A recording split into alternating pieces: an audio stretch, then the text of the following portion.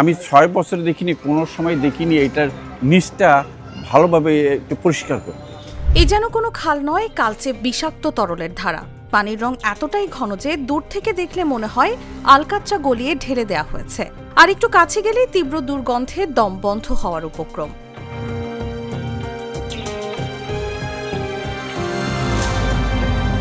সবচেয়ে ভয়াবহ চিত্র দেখা যায় মোহাম্মদপুরের চানমিয়া হাউজিং এলাকার খালে। স্থানীয়দের অভিযোগ, আশপাশের অসংখ্য ভবনের টয়লেটের সংযোগ সরাসরি খালে দেওয়া হয়েছে, ফলে প্রতিদিনই বাড়ছে দূষণের মাত্রা, নষ্ট হচ্ছে পরিবেশ। আমি ৬ বছর দেখিনি, কোনো সময় দেখিনি এটার নিচটা ভালোভাবে একটু পরিষ্কার করতে।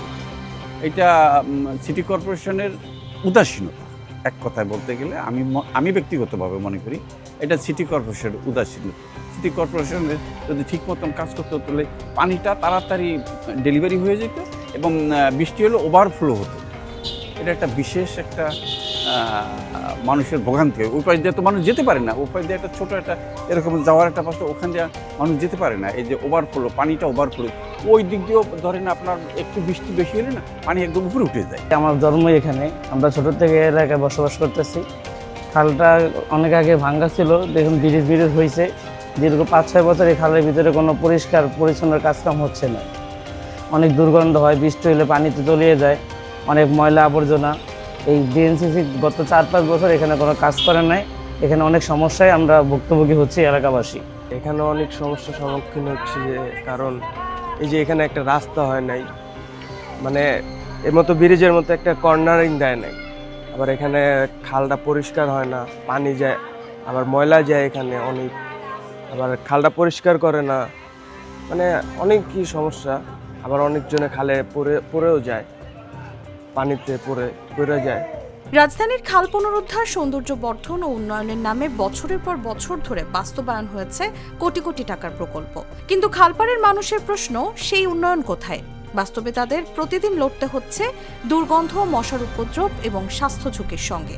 বিশেষজ্ঞদের মতে এই সংকটের জন্য এককভাবে কাউকে দায়ী করা যায় না। ওয়াসা, সিটি কর্পোরেশন এবং জেলা প্রশাসনের মধ্যে সমন্বয়ের অভাব, দুর্বল তদারকি এবং দীর্ঘদিনের অব্যবস্থাপনাই রাজধানীর খালগুলোকে ঠেলে দিয়েছে এই করুণ পরিণতির দিকে। জেলা প্রশাসনের ওয়াসার মধ্যে দান্দিকতা বা পরস্পর সম্পর্কযুক্ততার সমন্বিত কার্যক্রম না থাকা এবং বর্জ্য ব্যবস্থাপনা যেহেতু আবার সিটি কর্পোরেশনের, তারা নির্বিচারে এর মধ্যে তরল এবং কঠিন বর্জ্য, পয়বর্জ্য শুদ্ধ অব্যবস্থাপনার কারণে ফেলে দেওয়ার মধ্যে দিয়ে এর ধ্বংস, দখল এবং দূষণ সাধিত হয়েছে। খালগুলো তার নিজস্ব অবস্থান হারিয়ে, এমনকি তার গতিপথ হারিয়ে, সেগুলো চলে গেছে মানুষের বিল্ডিংয়ের তলায়। আর মানুষের বিল্ডিংয়ের জায়গায় খালগুলো আবার তার নিজের পথ কোনো রকমের ড্রেনের মতো করে এই মুহূর্তে চলমান। তার মানে আইনগতভাবে এর পুনরুদ্ধারের ক্ষেত্রে একটা বড় ধরনের টাস্কফোর্স যুক্ত করে কর্মধারা না করলে এই অবমুক্ততা খুবই কঠিন বা দুরূহ ব্যাপার হয়ে দাঁড়িয়ে যাবে।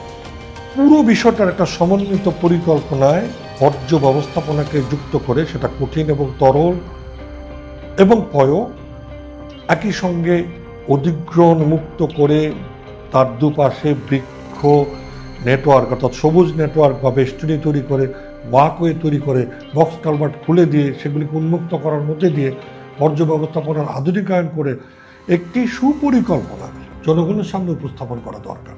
এর ফলে জনগণ সম্পৃক্ত হবে। একের পর এক প্রকল্প, অসংখ্য প্রতিশ্রুতি, তবুও বাঁচছে না ঢাকার খাল। মানববর্জ্য ও আবর্জনার ভার বইতে বইতে নগরীর এই জলপথগুলো আজ অস্তিত্বের সংকটে।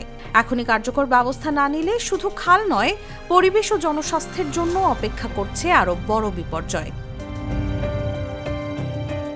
নিউজ ডেস্ক, জাগো নিউজ।